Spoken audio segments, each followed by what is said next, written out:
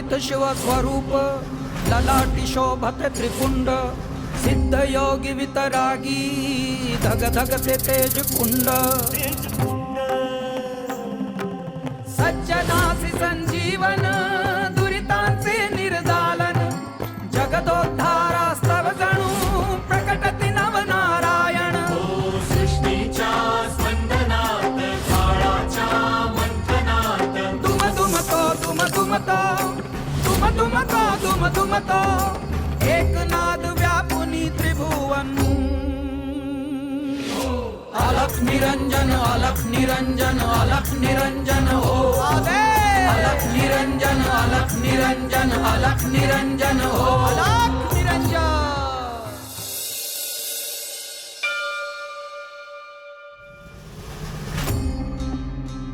आता 8 नाथ अवतरले आहेत, मुख्य नवनाथ असतील आणि ही परंपरा पुढे सुरूच राहील। नवनाथ अवतरतील तेव्हा तर महाउत्सव होईल। आता नागनाथ आले आहेत, ह्याचा आनंद आहे।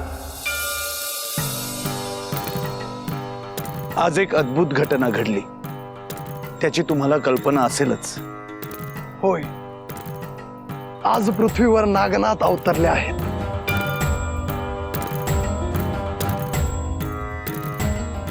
जालेंद्रनाथ, तुमच्यापासून काय लपून राहिलं आहे? मी तर एक स्वप्न पाहतोय गोरक्षनाथ, की सगळे नाथ एकत्र यावेत, सगळ्यांनी एकत्र भिक्षेला जावं, सगळ्यांनी एकत्रित अन्न तयार करावं, सगळ्यांनी एकत्रित भोजन करावं आणि सगळ्यांनी एकत्रित जयघोष करीत मंत्र म्हणावेत। तो दिवस फार दूर नाही। नवनाथ असणार हे श्री दत्तप्रभू आणि श्री महादेवांचं भाग्यत आहे आणि ते आता सत्यात उतरत आहे। आपण नागनाथांना भेटायला गेलं पाहिजे। निश्चित जाऊ रेवण, परंतु त्याआधी मला उत्तरेकडे एक कार्य आहे, ते करायला जावं लागेल। ब्राह्म मुहूर्त झाला की मी निघेन। आज भेटलोच आहोत तर तुमच्या रचना ऐकायच्या आहेत।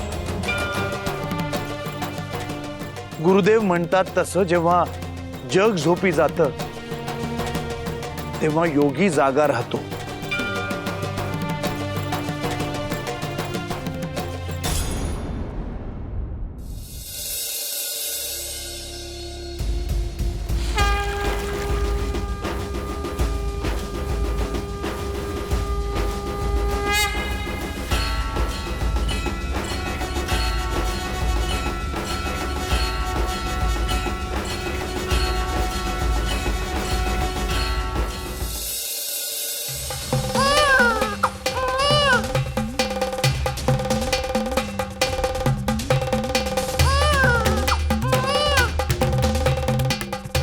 हे पद्मिनी, तुझ्या पोटी जन्मलेलं बालक म्हणजे साक्षात आविर्होत्र नारायण आहे। हे आविर्होत्र नारायणा, त्या अगस्तीचा प्रणाम स्वीकार कर।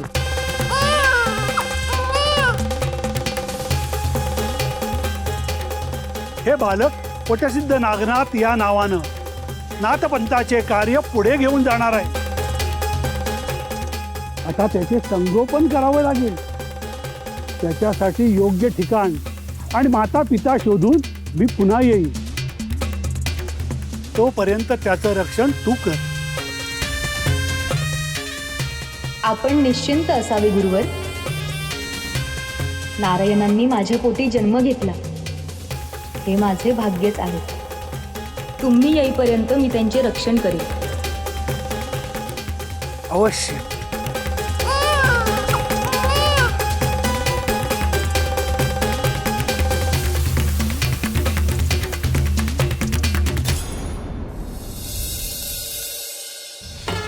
नागकन्येच्या पोटी जो जन्मला तो नागनाथ, ज्याचा जन्मच सामान्य नाही, तो असाधारणच आहे।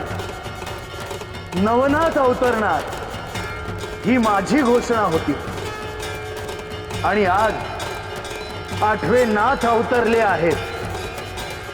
सगळी धरित्री व्यापून राहील असं नाथांचं कार्य आहे. आणि नागनाथ जेव्हा मोठा होईल तेव्हा त्याच्या शक्तीची प्रचिती सगळ्यांना येईल. आता त्याचं संगोपन महत्वाचं आणि ते उत्तमच होईल. हे माझं दायित्व आहे.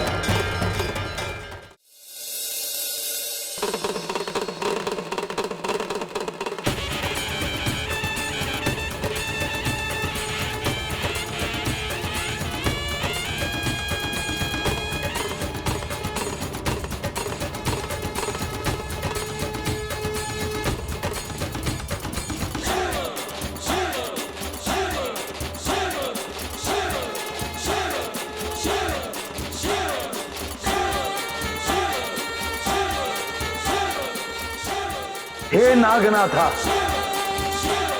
तुझं या पृथ्वी तलावर स्वागत आहे. या जीवसृष्टीच्या कल्याणाचं जे कार्य नाथ पंथाने आरंभलं आहे त्यासाठीच तुझा जन्म झाला आहे. तुझा जन्म नागकुळात झाला आहे आणि म्हणूनच मी तुझ्या भेटीसाठी आलो आहे. कारण नागदेवता आणि माझं सख्य आहे. पुढे जाऊन तुला श्री दत्तांचा अनुग्रह मिळेल. त्यांच्या कृपा प्रसादाने तुला सिद्धी प्राप्त होईल.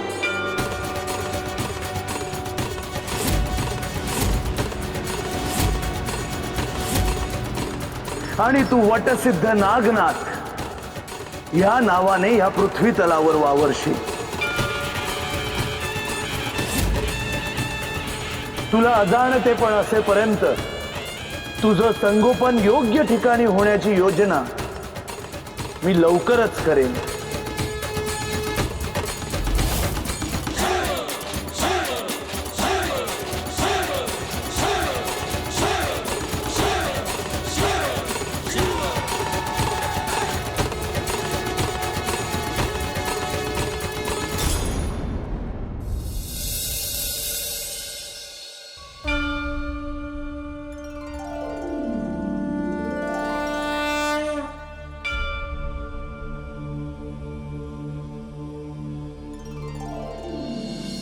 अहो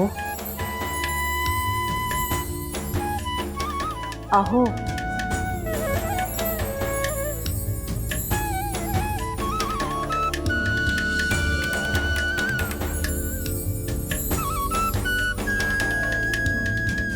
बोल.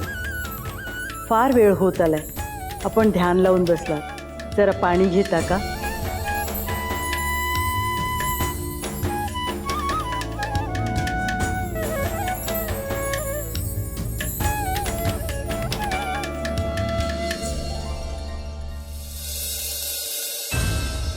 एक गोष्ट माझ्या मनात सारखी पिंगा घालते. ते आलं माझ्या लक्षात. तुम्ही ध्यान लावून बसलात की आपल्याला काहीतरी विचित्र कळणार याची एव्हाना सवय झाली मला. मग सांगू की नको? सांगा की. एक गोष्ट माझ्या मनात आली आहे आणि ती मला करायची आहे. पण काय? मग त्यासाठी मी कौल लावू की श्रीपादची अनुमती घेऊ हा संभ्रम तयार झालाय. आधी श्रीपादची अनुमती घ्या आणि मग कौल लावा. तू म्हणतेस ते बरोबर आहे. मला श्रीपादची अनुमती घ्यायला लागेल. श्रीपादची अनुमती घ्यावी लागणार? म्हणजे असं काय करायचंय तुम्हाला?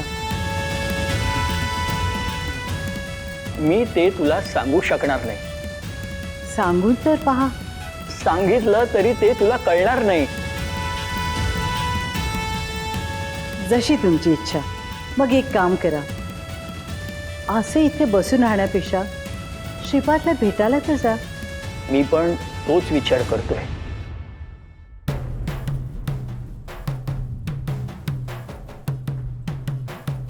माई, अण्णा.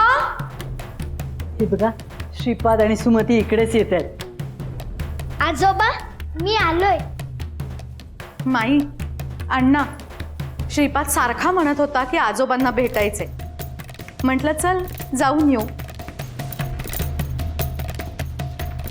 अगं आता हेही म्हणत होते की श्रीपादला भेटायला जायचंय. बसा तुम्ही, मी दूध घेऊन येते. नको, मला आता काही नको. अण्णा, तुम्ही श्रीपादला भेटायला काय येणार होता?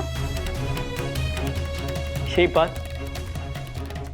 मला तुझी अनुमती हवी होती. मला माहित आहे तुम्हाला शक्तिपात करायचा आहे.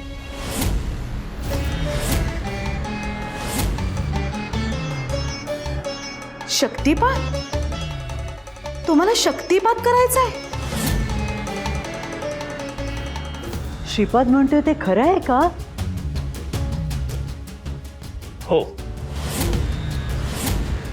आणि हे विचारण्यासाठी मी श्रीपादला भेटणार होतो. तुझी अनुमती असेल तर मला सांग की हा प्रयोग कुठे करावा.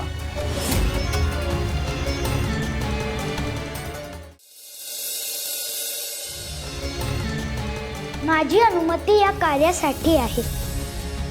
तुमची इच्छा काय आहे? मला हा शक्तिपात देवळातल्या दत्तमूर्तीवर करायचा आहे. पण हा शक्तिपात तुम्हाला जाहीरपणे का करायचा आहे? सुमती, हे जाहीर नाहीये. जाहीर शक्तिपात श्री मल्लिकार्जुन येथे करणार आहे. आजोबा, जर जाहीरपणे करायचं नसेल तर हा शक्तिपात आपण आजच रात्री करू.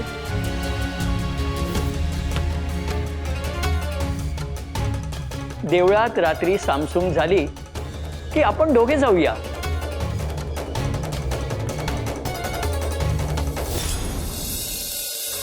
नित्य करी गंगा स्नान, नित्य करी गंगा स्नान, करवीरी भिक्षा जाण, करवीरी भिक्षा जाण, कृष्णा तीरी अनुष्ठान, कृष्णा तीरी अनुष्ठान, दत्तात्रय माझा, दत्तात्रय माझा.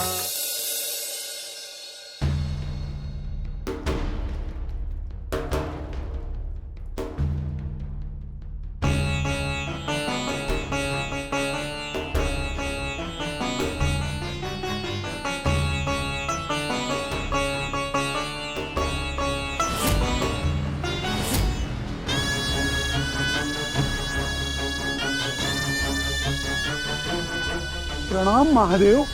शुभम भवतु. आज आपल्या दर्शनाने आम्ही कृतकृत्य झालो. मी आपल्याकडेच आलो आहे. आपल्यावर एक महत्वाचं कार्य सोपवायचं आहे. हे माझे भाग्यच असेल प्रभू. पद्मिनीच्या पोटी अविरहोत्र नारायण जन्माला आले आहेत. श्री नारायण उदरात असताना त्यांचं रक्षण करण्याचं कार्य आपण सार्थपणे पार पाडलं आहे. परंतु आता बालनागनाथांचं संगोपन करणं हे देखील आपलंच दायित्व आहे. अवश्य आपण आज्ञा करावी प्रभू. त्याप्रमाणे मी कार्य करेन. बालनागनाथांच्या संगोपनासाठी योग्य माता पितांचा शोध घ्यावा लागणार आहे. त्यासाठी तुम्ही इथून पूर्वेकडे भ्रमण करा. ते तुम्हाला त्याच दिशेला सापडतील. अवश्य आम्ही लगेच तिकडे प्रस्थान करतो. आपल्या या लीला आमच्या लक्षात येत नाही. नाथ पंथातील एकाही नाथाचा जन्म मनुष्य योनीमध्ये झालेला नाही. ते सगळे नारायणांचा अंश आहेत. या सृष्टीमध्ये श्री नारायणांचे अंश पूर्वीपासूनच वास करत होते. आता त्यांनी मनुष्य कल्याणासाठी अवतार धारण केलेले आहेत.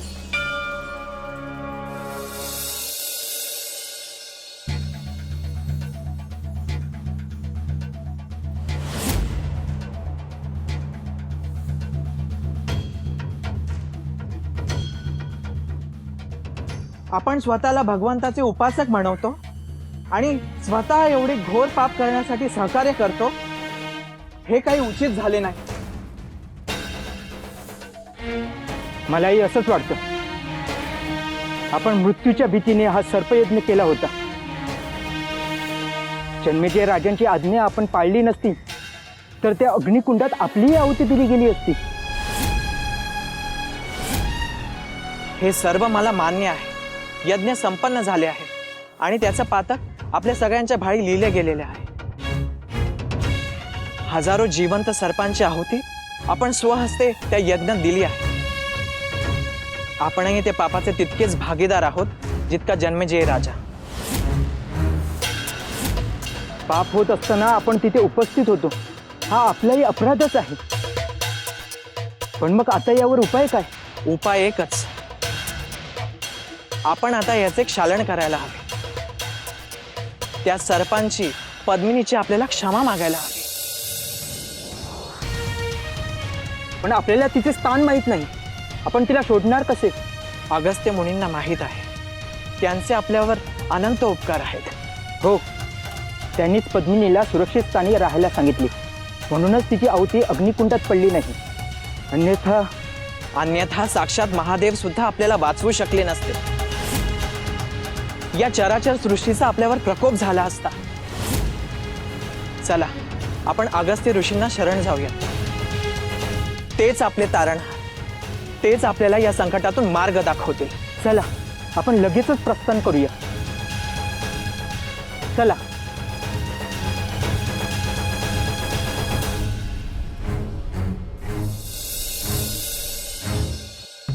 महाराणी, अगस्त्य ऋषींनी अकस्मात येऊन सर्पयज्ञ थांबवला. यज्ञ थांबवला?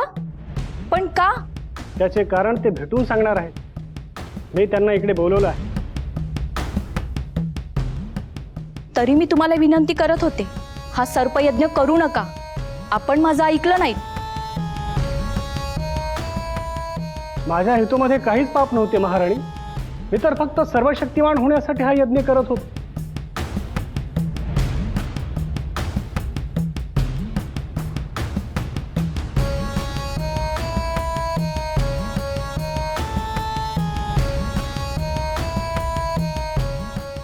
ऋषीवर माझा प्रणाम स्वीकार करा. सौभाग्यवती भव. ऋषीवर, आमचा भूतोन भविष्यती असा यज्ञ होत होता, तो आपण थांबवला. याचे प्रयोजन कळेल का?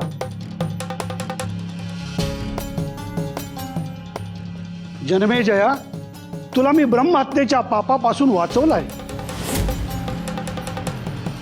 ऋषीवर, मी समजले नाही. कोणाची हत्या? महाराज महालाबाहेर कुठेही गेलेले नाहीत. बरोबर आहे तुझं, पण तुम्ही जो सर्पयज्ञ आरंभला होता त्यामुळे ब्रह्महत्या झाली असती. हे अशक्य आहे गुरुदेव. हे पाप माझ्या हातून कधीही होणार नाही. ते होण्याच्या मार्गावर होते. विश्वनिर्मात्या ब्रह्मदेवाचे तेज एका पद्मिनी नावाच्या सर्पिणीच्या पोटात होते. ती सर्पिण तुम्ही आरंभलेल्या यज्ञात आहुती म्हणून बळी पडली असती. मी तिला एका सुरक्षित ठिकाणी थांबायला सांगितले आहे की ज्यामुळे तिच्यावर या मंत्रोच्चाराचा परिणाम होणार नाही. तिच्या पोटी आता एक दैवी बालक जन्माला आले आहे. त्याच्या पालन पोषणाची व्यवस्था करण्याचं कार्य माझ्याकडे सोपवलं आहे. त्यासाठी मला निघावं लागेल.